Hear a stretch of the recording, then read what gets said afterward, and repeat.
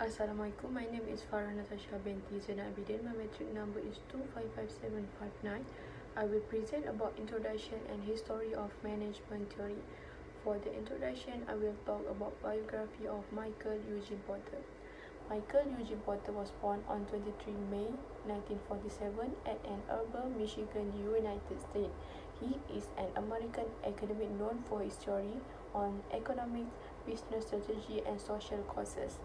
Micheal Eugene Porter is a professor at Bishop William Lawrence University in Harvard Business School. He is an author of 18 books and has wrote numerous articles including Competitive Strategy, Competitive Advantage of Nation on Economics.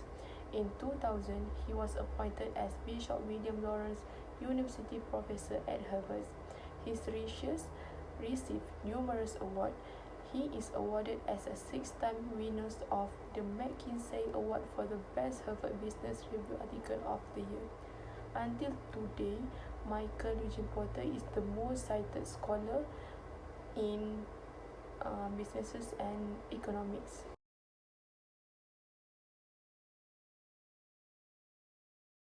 Next is the history of management theory.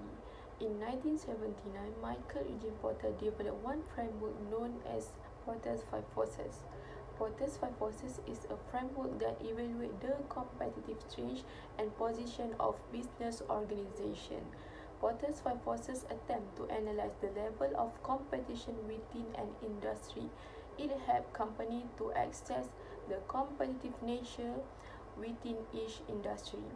Micheal Porter classified 5 main competitive forces that affect any market in industry, which is rivalry of industry, threat of new entrants, threat of substitute products, bargaining power of supplier, and bargaining power of buyers.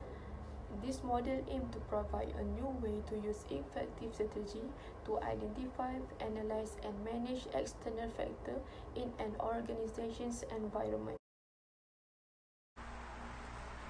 Hi, Assalamualaikum warahmatullahi wabarakatuh. My name is Nurul binti Sazali and my matrix number is 255898. I would like to continue the presentation. Okay, I will explain about the applications of management theory. First of all, Porter's 5 factors can be applied in a cost leadership. The cost leadership means when you want to become the firm in your industry that has the lowest cost of producing your product or providing your service. Okay, let's see what can cost leaderships apply in 5 forces. The first one is the new entrants. When your economies of scale discourage entrants since they will incur losses until they reach your scale. The second one is the threats of rivalry. This one is even after your competitors have completed away all their profits, you will still be able to earn a returns like completed all their profits. For an example, in a groceries industry, let's say we have a Tesco and C-Mart. Both of these supermarkets have their own prices for their product. Even the product is the same in Tesco and C-Mart, but they have a different prices. Let's see the example of a bag of chips in Tesco and C-Mart.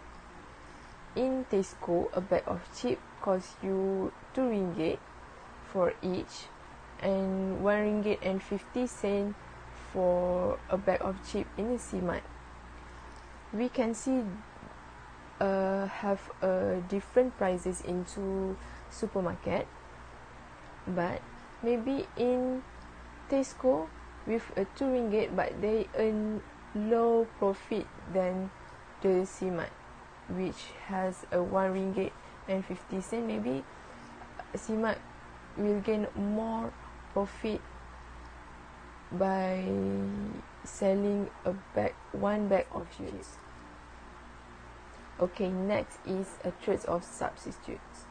You are in a better position with respect to substitute than that of your competitors, which is the product that could perform the same function, which is in groceries industries, when a buyer tend to buy a groceries in supermarket, or they tend just go to the restaurants and eat, rather than they need to buy a groceries things and cook at home.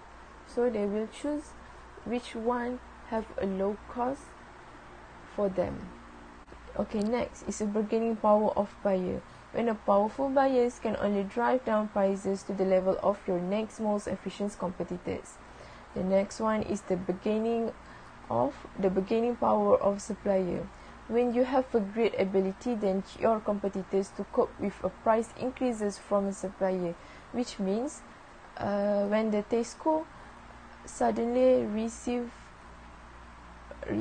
the product from the supplier with the high price, but the CMAT still receive the price with a low cost prices from the supplier. This would be great when this one will affect the prices, the end price when you sell to the customers.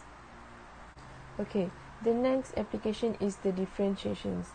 It means it's involved making a product or services that are different and more attractive than those of others competitors. Large companies agree the differentiations approach can help in the process of product growth. The competitors who follow target differentiation strategies in a various market segments are at risk attacking business in many ways. When the companies need to succeed in the organizations of different strategy by doing a research, development and innovations, then the companies need to have the ability to deliver a high quality product or services within the market. The companies also need the effective sales and marketing strategies by that the market understand the benefits offered by the differentiations offering. For an example, we see the Tesco and the CMAT. Tesco have a better marketing strategies than the CMAT. Tesco, we can see they market their product in social media, in televisions, in a billboard and everything. But CMAT, you can simply see the CMAT in televisions, in the advertisement in televisions or in the social media. Tesco also have a new marketing technique, which is they can deliver what you want in Tesco to your home. But CMAT, instead of CMAT, you need to go to, if you want to get the groceries items, you need to go to the CMAT itself. But for Tesco, they can deliver to your home. Focus on buy also can be applied with 5 forces. It is a focus on small market segments with the complexities of this market and the customers particularly need. Producing unique and inexpensive products, also products that are acceptable in the market. They represent consumer uniquely well in their market and help to create customers' loyalty towards their brands. For an example, Tesco. Tesco has produced their own product brands with the high quality product and with the lower price. This approach can help Tesco to gain the loyalty customers to buy their product brands. Lastly, Porter's 5 forces is a simple yet a powerful strategic business and management tools to understand the forces that forming competitions within an industry, and also it helps organizations to to adapt their strategy to suit with their competitive environment and to improve their potential profits. Hi, my name is Nurul binti Ezatdin. My metric number is 255912 and I'm going to present about the contribution of Micheal Porter. The most famous of his contribution is about Porter's 5 forces. The first one is about the potential of new entrants. Newcomers in industry requires a high cost of capital. This is because they may require costs such as R&D, expensive raw material, and skilled labor. Okay, for example, automotive industry can still survive because the vehicle offering are not the same between each manufacturer. However, as more and more consumers are using renewable energy, great new competitors like Tesla are emerging. Okay, number 2 is about the trade or substitute good.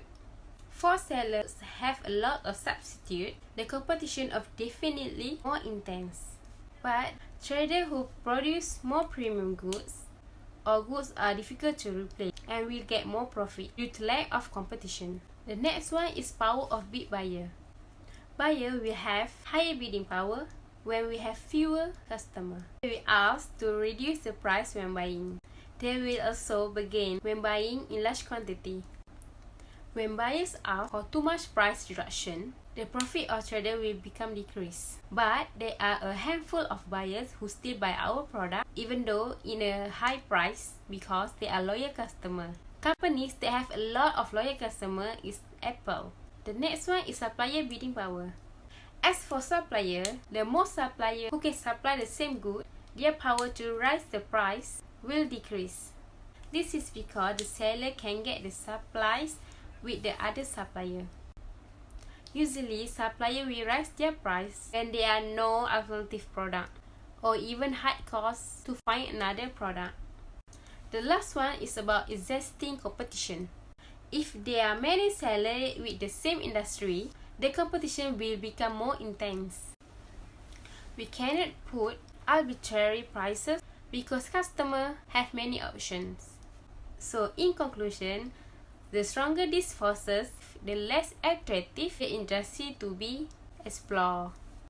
This will cause us to generate a profit or even worse losses. Next, I will present criticism of the management theory. Porter 5 forces are most well-known conceptual framework in strategy. So, the first criticism of this theory is barriers to entry. If there are no barriers to entry, competitors will be able to enter your industry and push economic profits to zero. So, for Greenwood, the strategy is about identifying, creating, and defending barriers to entry. When there are barriers to entry, this means that the provider company can do something that newcomers cannot do. Greenwood says that this is the definition to have a competitive advantage. Therefore, barriers to entry are equal to the competitive advantage. There are 3 types of competitive advantage, which is supply, demand, and scale. Next, critics have also identified other shortcomings of the model, which is the model disregards the interaction and possibility of collusion among buyers, competitors, and suppliers, and how this interaction and possible collusion can affect firm performance, because the model is based on the idea of competition, particularly how a firm competes out over similar firms as well as customers and suppliers. It disregards strategies such as strategic alliance. Another criticism of the 5-force model is that it does not help a firm to identify sources of sustainable advantage. The model merely lists down the factors that are either favorable or unfavorable to firm performance, but it does not have any mechanism for determining which favor give a firm suitable and sustainable competitive advantage over its competitors. In comparison to SWOT analysis and even the Brio framework, another problem with the model is that it seems a useless tool for analyzing the situation of non-profit organizations and government institutions. It simply works best to profit-oriented organizations. Last, the criticism of this theory is disregarding dynamic competition.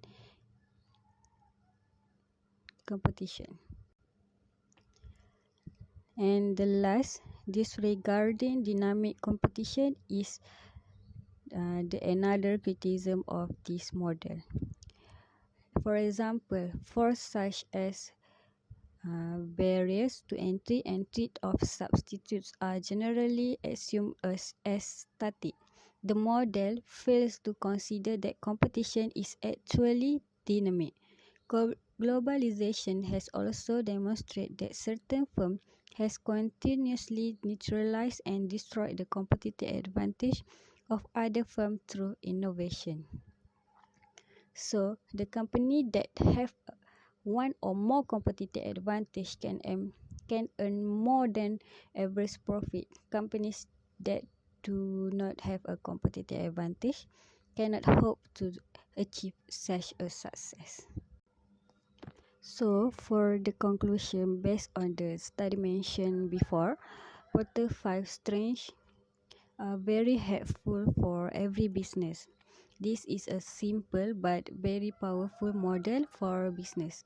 This plays an important role in the hospitality and tourism industry. By using this tool, it can help determine the position of the business in the market. It also helps to state the strength and weakness of the business, which is very important for the business. In the hospitality and tourism business, if they know their weakness in the service they provide to customers, they can identify their weakness and try to implement them by making the best decision. And the most important part of the hospitality industry is providing a good service to customer.